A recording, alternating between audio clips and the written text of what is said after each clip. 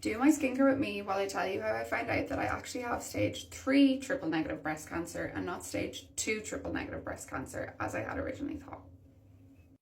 So I just want to begin this by saying that the reason that I'm sharing this story is because I'm a little embarrassed that I've been coming on here and saying that I had stage 2 when I didn't realize that I actually had stage 3, and I just wanted to be like completely transparent that when I found out that I would also like let other people know.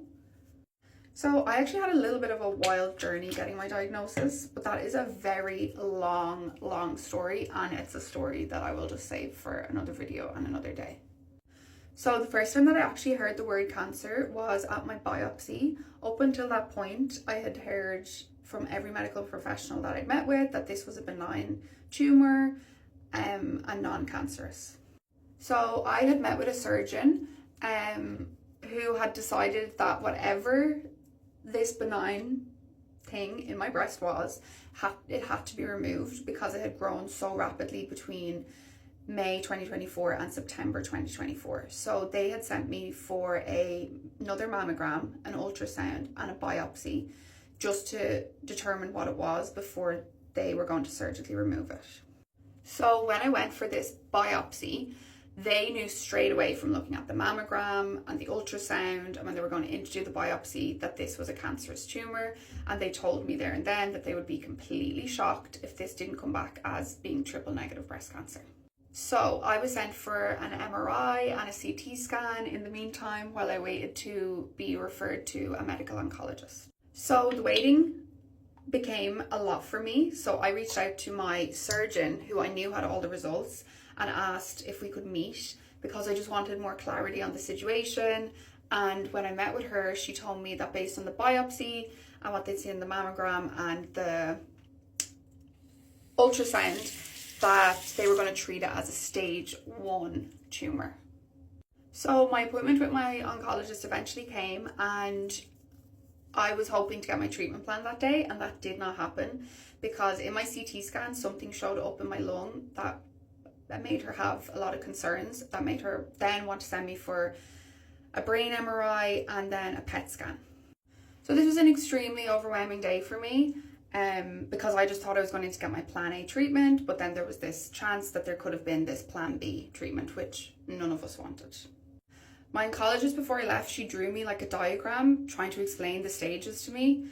She said that based on the size of the tumour, the fact that it hadn't spread to my lymph nodes, that would mean that it would have been stage 2, but because of what had shown up in my CT scan, she felt she couldn't ignore, so she couldn't give me a full diagnosis there and then on that day until the other test results came back. So thankfully those results did come back pretty fast, and they came back very positive. The breast tumour was isolated, it hadn't spread anywhere else, and we could continue as planned with my plan A treatment. I was so grateful on that day, as you can imagine. All my prayers had been answered. I was just ready to get my plan and have my oncologist tell me what I needed to do in order to beat this. So I just left there really happy that all my prayers had been answered and that I could just move forward with plan A. And that meant that I didn't really ask her anymore about the stage or the full picture of my diagnosis after the PET scan. And to be honest, looking back, I don't think I really wanted to know. So fast forward to yesterday, and I am 4 weeks into my treatment plan and all is going very well. But I'm currently having a lot of trouble with my landlord, which I won't go into the details. But basically he's trying to evict us, and it's not really legal what he's trying to do. So I had asked my oncologist if she could just write me a letter just to inform him, and if it ever goes to court, like what's going on, and just that I don't really need any more stress at this time. So I open the letter, and there it says, Robin Brennan is a patient under my care who is currently being treated for stage 3 breast cancer. Which obviously I'm shook by, because in my head I'm like, no, I'm stage 2. Why is she saying she's stage 3 or I'm stage 3? So I say it to Gary, and Gary's not shocked because Gary was obviously listening a lot more in that meeting that I had with her where I got my plan, when she was referring to size, and he'd remembered what she'd said in the meeting before that in terms of size. And obviously in the PET scan it had shown up as the true size and quite larger, which would make it a stage 3 tumour. So I just wanted to give everybody an update on that, especially the fact that I've said on here that it's stage 2, and now that I know that it's stage 3, like, I just want to be transparent and say that. So everybody's journey is different, and when I first got diagnosed, I only wanted to know what I needed to know. So I have a diagnosis of OCD, and that can cause me to spiral and go to a lot of dark places, and I just did not want to do that.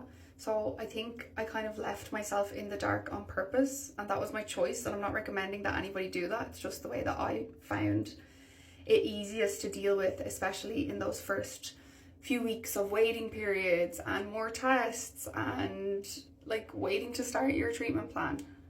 I just felt that that gave me the best mindset and to be in the most positive mindset to beat this and to start my journey. But now that I'm further into my treatment plan and everything's going well, I'm definitely like more open to learning more about my diagnosis. The way that I found out, I think, happened for a reason. I think it was at the right time when I was like in a good mental health space and a positive mindset that I was ready to hear that. I don't think I would have been ready to hear that earlier on in the journey. So I'm just curious to know, how did other people deal with those first few weeks, your first few weeks of the waiting period, the diagnosis, your prognosis? To me, it all just feels like a fever dream. Like, and now that I'm in it, I feel like in a few months or however long down the line, this is all going to feel like a fever dream as well.